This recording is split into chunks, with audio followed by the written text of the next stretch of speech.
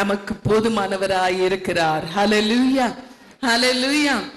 அது மாத்திரம் இல்ல, வேதத்தில் அநேக வாக்குத்தத்தங்களை கர்த்தர் தம்முடைய ஆலயத்திற்காக கொடுத்திருக்கிறார். இந்த ஆலயத்தை கர்த்தர் கொடுத்திருக்கிற ஒரு மகிமையான நோக்கம், இந்த பட்டணத்துல இந்த ஆலயத்தை அவருடைய மகிமையின் புகழ்ச்சிக்காகவே வைத்திருக்கிறார். ஹல்லேலூயா. ஆண்டவர் சொல்லுகிறார், என் வீடு எல்லா ஜனங்களுக்கு மத்தியிலும் ஜெப வீடு எனப்படும். அது மாத்திரமல்ல, இந்த இடத்துல நான் பல இடங்களிலிருந்து ஜனங்களை கொண்டு வந்து அவர்களை மகிழ பண்ணுவேன் என்று கர்த்தர் சொல்லுகிறார்.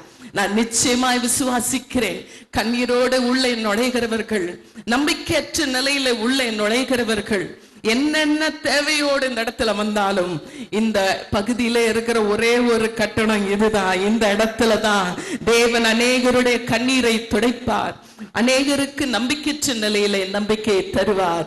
உங்கள் துக்கம் சந்தோஷமாய் மாறும் என்று சொன்னவர் இந்த இடத்திலே அவருடைய பலத்த கிரியைகளை நடப்பித்துக் கொண்டே இருப்பார். 2 நாளாகமும் 7, 14, 15, 16 நாம் பிறகு வாசித்துக் கொள்ளலாம். ஆனால் ஞாபகப்படுத்திக் கொள்வோம் என்றால், அவருடைய நாமம் தரிக்கப்பட்ட ஜனங்கள் கூடி ஜெபிக்கிற இடத்துல எல்லாம் கர்த்தர் அந்த ஜெபிக்கிற கூட்டத்தாரின் நிமித்தமே இந்த பட்டணத்துக்கே தேசத்திற்கே சேமத்தை அருளுவேன் என்று கர்த்தர் வாக்களித்திருக்கிறார். ஆமென்.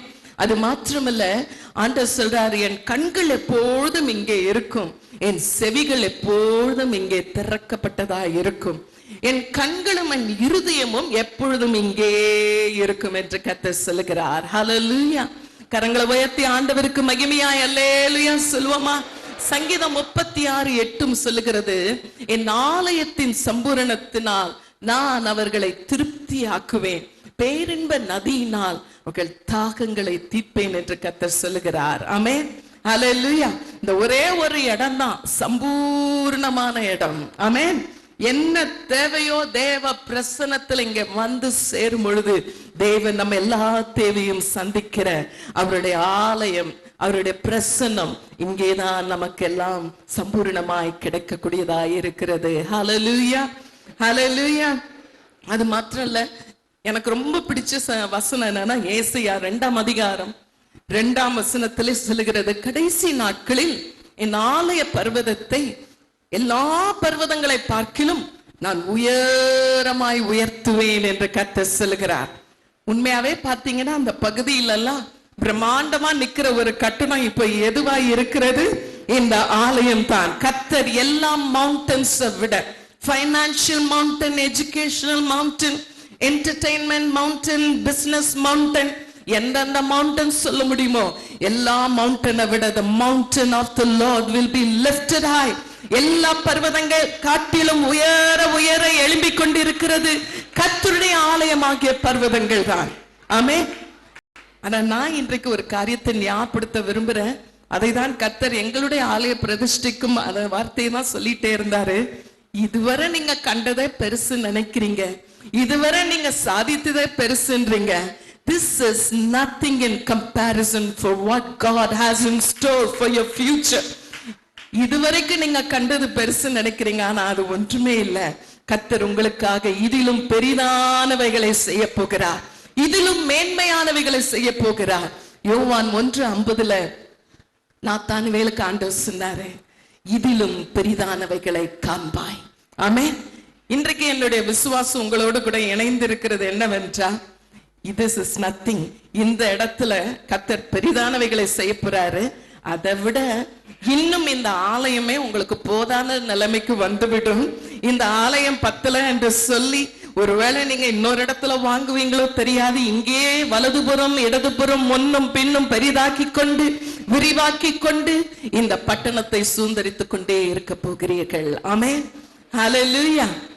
ஆண்டவர் எங்களுக்கும் அந்த வாக்குத்தத்தத்தை தான் கொடுத்தார். நாங்க நினைச்சோம் பெரிய காரியம் சாதிச்சிட்டோம், பெரிய பிரதிஷ்டை, இப்ப மூச்சு விடலான்னு என் கணவர் நினைத்தாரு. உடனே ஆண்டவர் சொன்னாரு, no no no no, it's not time yet. இன்னும் பெரிதானவைகளை உங்கள் கண்களை ஏறெடுத்து பாருங்கள், இன்னும் பெரிதானவைகளை நான் உங்களுக்காக ஆயத்தம் பண்ணி இருக்கிறேன் என்று சொல்லுகிறார்.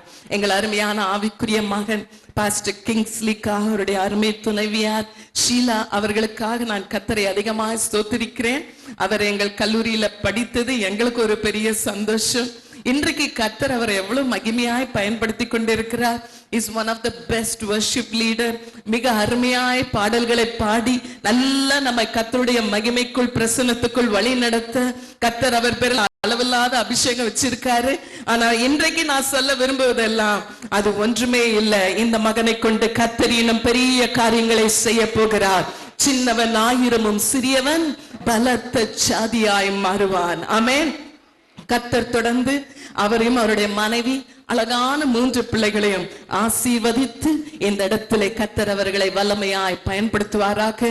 எனக்கு பிடிச்ச இன்னொரு வசனம், ஒரு சந்ததி கர்த்தரை செவிக்கும், அது தலைமுறை தலைமுறையாய் ஆண்டவருடைய சந்ததி என்னப்படும். இந்த உலகத்துல கர்த்தரை சேவிக்கிறதை விட வேறொரு பெரிய பாக்கியம் நான் கண்டதில்ல. நீங்களும் அதை நிச்சயம் ஏற்றுக்கொள்வீர்கள். அருமையான குடும்பத்தினருக்காக மீண்டும் கரங்களை தட்டி கர்த்தருக்கு மகிமை செலுத்தி இன்னும் பெரிதானவைகளை காண்பாய், இன்னும் மேலானவைகளை சாதிப்பாய் என்று வாழ்த்தி முடிக்கிறேன். God bless you. மிக முக்கியமான நேரம் ஆண்டுடைய வார்த்தையினராய் கடந்து சொல்ல நல்ல ஒரு வாழ்த்துதலை கேட்டோம். அவருடைய வாயிலிருந்து வந்த வார்த்தையின்படி அப்படியே ஆவதாக. ஆண்டுடைய வார்த்தையினராய் நாம் கடந்து சொல்ல இருக்கிறோம்.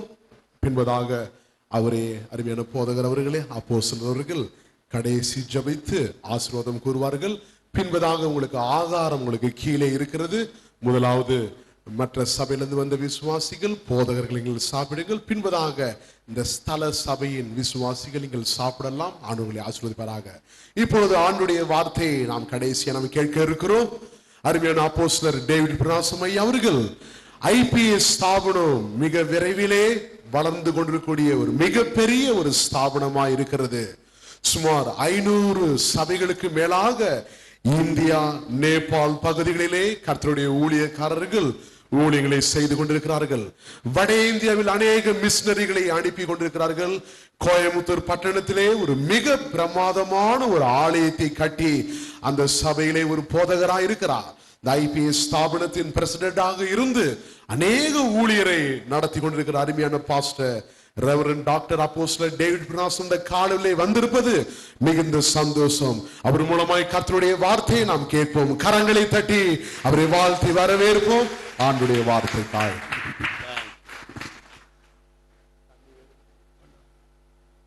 ஆண்டவராய் இயேசுவின் நாமத்தினால மீண்டும் உங்கள் யாவருக்கும் என்னுடைய அன்பான வாழ்த்துக்களை தெரிவிக்கிறேன்.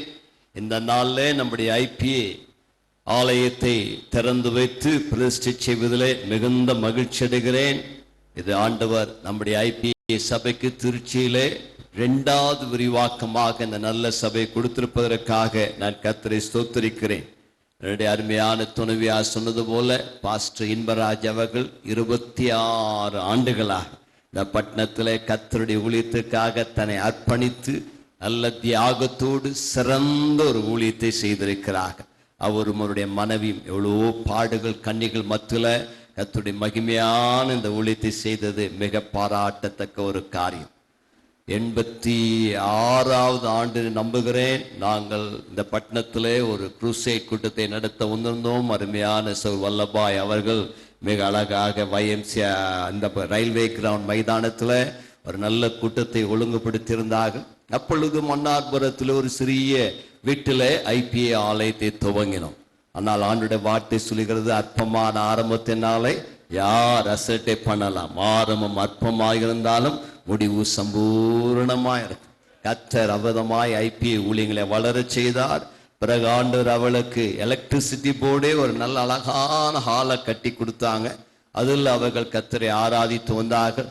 பிறகு பாஸ்டர் கொடுத்த சாட்சியின்படியாக ஆண்டோடைய வழி நடத்தின்படி இந்த இடத்துக்கு வந்தார்கள். இந்த இடத்தை வாங்கி முதலாவது ஒரு ஆலயத்தை கீழே கட்டினார்கள். அது ஒரு நல்ல அழகான ஆலயமா இருந்தது. இப்பொழுது கர்த்தர் இந்த ஆலயத்தை விரிவாக்கி ஒரு நல்ல பெரிய மேல் வீட்டறை, விஸ்தாரமான மேல் வீட்டறையை தந்திருக்கிறார். கரங்களை தட்டி கர்த்தரை மையப்படுத்தலாமா? கர்த்தர் எவ்வளவு நல்லவராய் இருக்கிறார். அல்லேலூயா. உண்மையுள்ள ஆண்டவர். அவரை சேவிக்கிற ஒருவரையும் கைவிடவே மாட்டார். உங்களுக்கு ஒரு வேலை ஆலயம் இல்லாமல் இருந்தால் பாஸ்டர் இன்பராஜுக்கு ஆலயத்தை தந்த அதே ஆண்டவர் உங்களுக்கும் ஒரு ஆலயத்தை தர வல்லவராய் இருக்கிறார். அல்லேலூயா. நல்ல ஆலயத்தை தருவார். விசுவாசத்தோடு கூட அவர் எதிர்பார்ப்போம். கர்த்தர் விதமாய் செய்வார். வெனகி பாஸ்டர் இன்பராஜ், எங்களுடைய ஆவிக்குரிய மகன் பாஸ்டர் கிங்ஸ்லி, எங்களுடைய ஆவிக்குரிய மகன் எல்லாரையும் அன்போடு கூட வரவேற்று கனப்படுத்தினார். நான் இந்த காலையில பாஸ்டர் இன்பராஜ்யம் அவருடைய துணவியாரையும் கனப்படுத்த விரும்புகிறேன். 26 ஆண்டுகள் கர்த்தருக்காக நல்ல சேவை செய்து 75 லட்சம் ரூபாயில அந்த ஆலயத்தை கட்டி, நாங்கள் ஸ்தாபனத்துல ஒன்றும் அதிகமாக கொடுத்திருந்தால் ஒரு 5 லட்சம் ரூபாய்க்குள்ள கொடுத்திருந்திருப்போம், அவ்வளவுதான் கொடுத்தோம். ஆனா இந்த ஜனங்களே அவர்களே விசுவாசத்தினால, வெளிநாட்டிலிருந்து எந்த உதவியும் இல்லாமல் தாராளமாய் விசுவாசத்துல நின்று ஒரு மிகப்பெரிய ஆலயத்தை கட்டி இருப்பது எங்களுக்கு மிகுந்த மகிழ்ச்சியை தருகிறது. ஹல்லேலூயா. நிறைய பிறந்த காலத்துல இப்படி ஒரு ஆலயத்தை கட்டினாலும் ஸ்தாபனத்தின் பேர்ல எழுதி வைக்க மாட்டாங்க. அவங்க பேர்ல எழுதி வச்சு ஸ்தாபனத்தோட ஒட்டி கொள்வார்களே தவிர ஸ்தாபனத்தின் பேர்ல தைரியமாய் எழுதி வைக்க மாட்டார்கள். ஆனால் பாஸ்டர் அவர்கள் குடும்பம் வீட்டையும் ஆலயத்தையும் எல்லாவற்றையும் ஸ்தாபனத்தின் பேரில் எழுதி வைத்து நல்ல விசுவாசத்தோடு ஊழியம் செய்து ஒரு நல்ல முன்மாதிரியை காண்பிக்கிறார். எங்களுடைய IPS ஸ்தாபனத்தில் பாஸ்டர் இன்பராஜ் அவர்களையும் மகன் பாஸ்டர் கிங்ஸ்லியும் நாங்கள் அதிகம் நேசிக்கிறோம். அருமையான தகப்பனார் அவர்களுக்கு வாழ்த்துக்களை சொல்லி அனுப்பியிருக்கிறார்கள். நான் வரும் முன்பதாக என் தகப்பனாரிடத்தில் சென்று சொன்னேன், பாஸ்டர் இன்பராஜ் அவருடைய பெரிதாக்கப்பட்ட ஆலயத்தை கட்ட செல்லுகிறேன் என்று சொன்ன பொழுது என்னுடைய வாழ்த்துதலை எடுத்து செல் என்று சொன்னார்கள். அவருடைய வாழ்த்துதலை சுமந்து வந்திருக்கிறேன். என்னுடைய சகோதரன் பாஸ்டர் பீட்டர் பிரகாசம் இங்கே இல்லை, அவர் வெளிநாடு சென்றிருக்கிறார். அவர்களுடைய வாழ்த்துக்களையும் நான் கொண்டு வந்திருக்கிறேன். இப்பொழுது நானும் என்னுடைய மனைவியும் பாஸ்டர் இன்பராஜ் அவர்களுக்கும் அவருடைய துணைவியாருக்கும் ஒரு சால்வி அணிவித்து அவளை கௌரவிக்க விரும்புகிறோம். நீங்கள் யாவரும் எங்களோடு கூட சேர்ந்து இந்த தேவ மனிதனை நம் கரங்களை தட்டி நம்முடைய அன்பை வாழ்த்துதலை நாம் தெரிவிப்போம். எல்லாரும் உற்சாகமாக எழுந்து நின்று ஒரு தேவ மனிதனை கனப்படுத்துவோம். Let's stand and welcome.